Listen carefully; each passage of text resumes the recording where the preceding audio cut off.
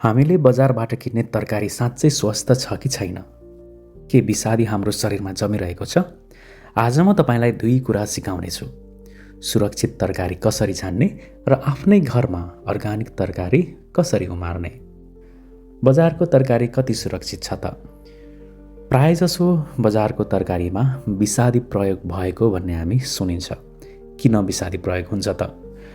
किसानले किरा, रोग र उत्पादन बढाउन पेस्टिसाइडको प्रयोग गर्दछन्। तर अत्याधिक प्रयोगले स्वास्थ्यमा असर गर्न सक्दछ। सामान्यतया धेरै पेस्टिसाइड प्रयोग भएको तरकारीले एलर्जी, पेटमा समस्या र लामो समयपछि हर्मोनमा असन्तुलन समेत गर्छ र यसले अरू घातक रोग पनि बिस्तारै बिस्तारै विकास गरिरहेको हुन्छ। अब बजारमा तरकारी किन्दा के कुरा ध्यान दिने त्यो हामीले बुझ्न निकै नै जरुरी छ। बजारमा सब्जी किन्दा सिजन अनुसारको तरकारी किन्नुपर्ने हुन्छ, किनकि सिजन अनुसारको तरकारी प्राय जसो नेचुरल्ली रूपमा नै फल्ने गर्दछ। हेर्दा अत्यन्त ठुलो, असामान्य र चम्किलो देख्ने सब्जीहरू हेर्दा आकर्षक देखिए पनि यसलाई विषादी पेस्टिसाइड्सहरू प्रयोग गरिएर र कहिलेकाहीँ कृत्रिम कलरहरू प्रयोग गरिएर पनि आकर्षक देखाएको हुन सक्छ। त्यसैले हेर्दा आकर्षक, ठुलो आकारको, चम्किलो देखिने सब्जी सधैँ स्वस्थ र ताजा हुन्छ भन्ने हुँदैन। त्यस्तै हेर्दाखेरि पात पहेँलो भएको सब्जीहरू, सड्न लागेको सब्जीहरू पनि हामीले लिनु हुँदैन।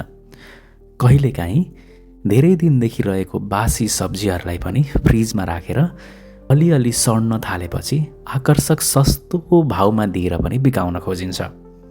तर यो सब्जीहरू सस्तो भए पनि यसले स्वास्थ्यमा त्यत्तिकै असर पनि गरिरहेको हुन्छ। त्यसैले सब्जी किन्दाखेरि ताजापन हेर्न निकै नै जरुरी छ। यदि किराले अलिअलि खाएको सब्जी छ भने त्यसले पनि खासै असर पर्दैन। भन्ने गरिन्छ जुन सब्जी किराले खाएको हुन्छ त्यसमा कम विषादी प्रयोग भएको हुन सक्छ।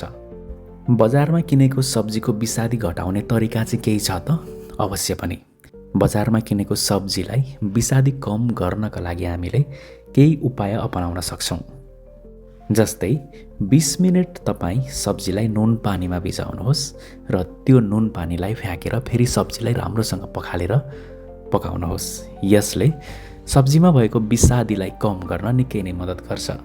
त्यसै तपाईँले सब्जी किन्दा विश्वासिलो ठाउँबाट मात्रै किन्ने गर्नुहोस्। जुन ठाउँको सब्जी कहाँबाट आउँछ भनेर तपाईँलाई राम्रो ज्ञान छ र फ्रेस सब्जीहरू बेच्ने पसल भनेर तपाईँले पुरानो समयदेखि जान्दै आउनुभएको छ, उक्त पसलहरूलाई विश्वास गरेर एकदम विश्वासिलो सब्जी पसलबाट सब्जी किन्ने गर्नुहोस्। सबैभन्दा राम्रो उपाय त आफ्नै करेसाबारीमा तरकारी खेती गर्नु हो। हामी सबैसँग पर्याप्त मात्रामा खेती नहुन सक्छ, तर पनि हामीले सानो एरियालाई सदुपयोग गरेर घरमै अर्ग्यानिक सब्जी उब्जाउन सकिन्छ। आफूले उब्जाएको सब्जी ताजा हुन्छ, केमिकल रहित हुन्छ र पैसा पनि कम खर्चिलो हुन्छ। तपाईँले सानोबाट नै सुरु गर्न सक्नुहुन्छ। गमला, ड्रम, बोरा, प्लास्टिक इत्यादिमा पनि हामीले सानो सानो सब्जीहरू उत्पादन गर्न सकिन्छ। त्यसको लागि तपाईँले 40% बगैँचा या खेतको माटो, 30% गोबरको मल र 30% बालुवा या सुक्खा पातको मललाई राम्रोसँग मिक्स गर्न सक्नुहुन्छ र यसलाई गमला, बोरा या कुनै पनि एक बर्तनमा राखेर या त तपाईँको पर्याप्त जमिन छ भने जमिनमा नै साग, धनिया, टमाटर, काँक्रो, लौका जस्तो सब्जी आफै उत्पादन गर्न सक्नुहुन्छ। तर त्यसमा तपाईँले फेरि केमिकल प्रयोग गर्नुभयो भने घरमा उत्पादन गरेको अर्थ हुँदैन।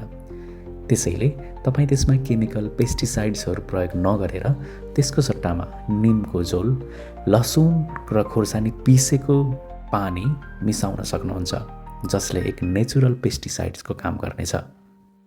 त्यस्तै तपाईँले खरानी पनि छर्कन सक्नुहुन्छ।